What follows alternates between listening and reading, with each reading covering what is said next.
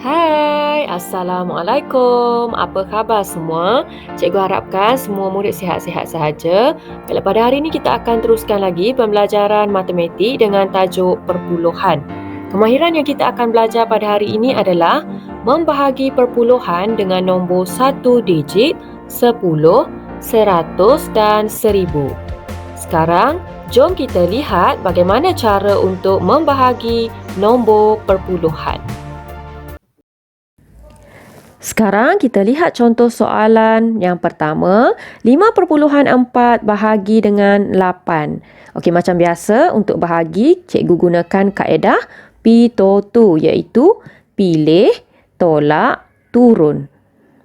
Okey, untuk soalan yang pertama ni dia melibatkan bahagi dengan nombor 8. Jadi kita perlu ingat sifir 8. Okey, kat sini cikgu dah tulis dah sifir 8. Okey, sifar 8 16 sehinggalah 9 darab 8 sama dengan 72.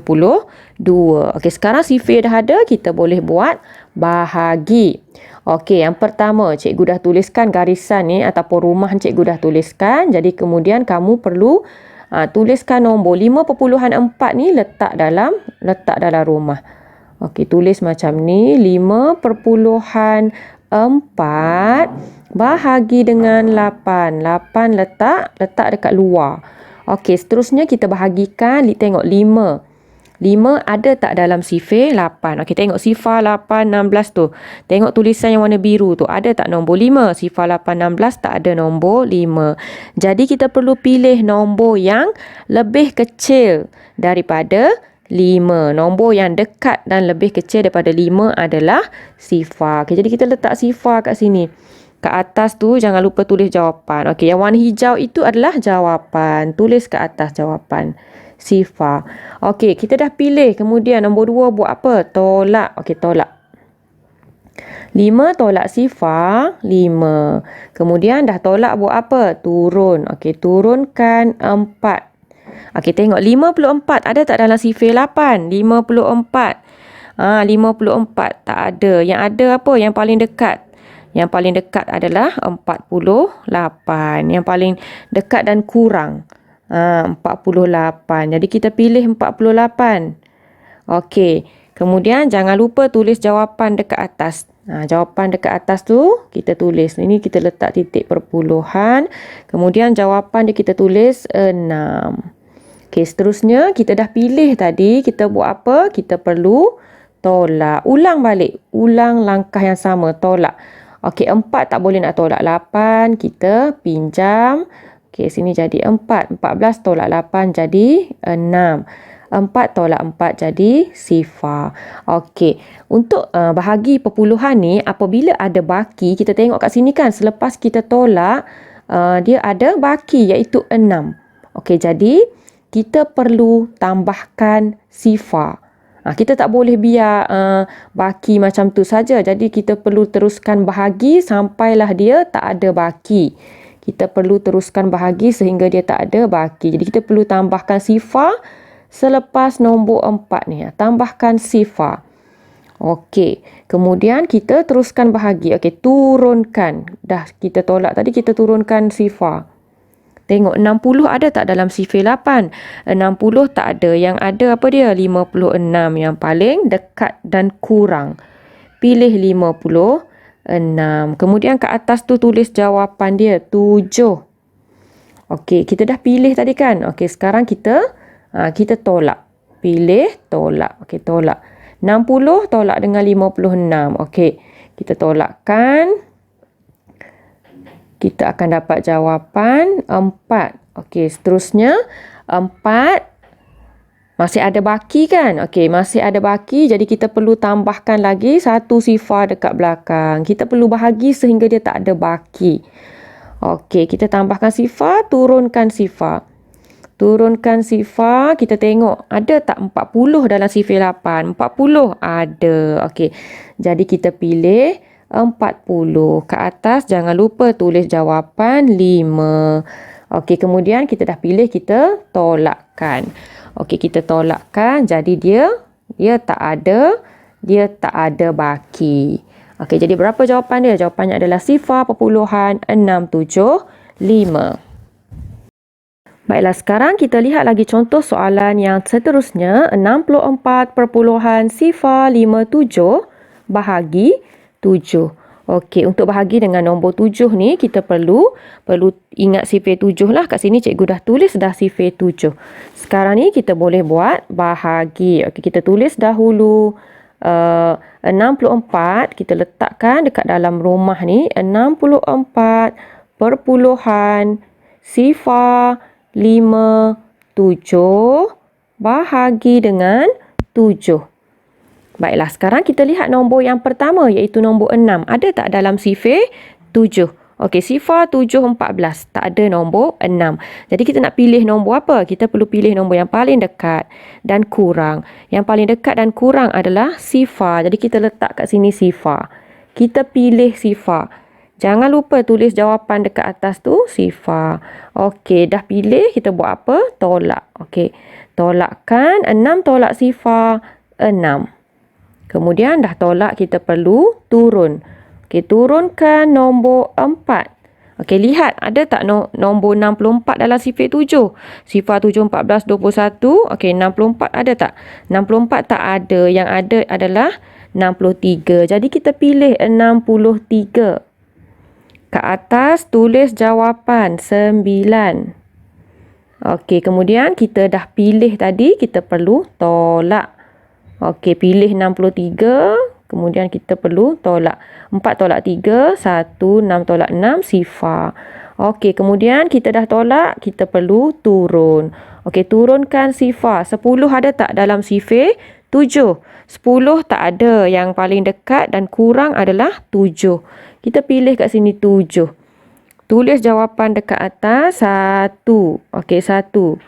Kemudian kita dah pilih, kita perlu tolak. Okey, 10 tolak 7, 3. Kemudian kita perlu turun. Okey, dah tolak, kita perlu turun. Turunkan nombor 5. Okey, 35 ada tak? 35 ada. Okey, kita pilih 35. Kemudian ke atas tulis jawapan 5. Okey, seterusnya kita dah pilih, kita perlu tolakkan. Okey, tolakkan, kita dapat sifar. Kemudian kita turunkan lagi nombor 7. Okey, 7 ada tak dalam sifir 7? Ada. Okey, kita pilih 7. Kemudian ke atas tu tulis jawapan dia adalah 1. Okey, seterusnya kita dah pilih tu, kita tolakkan.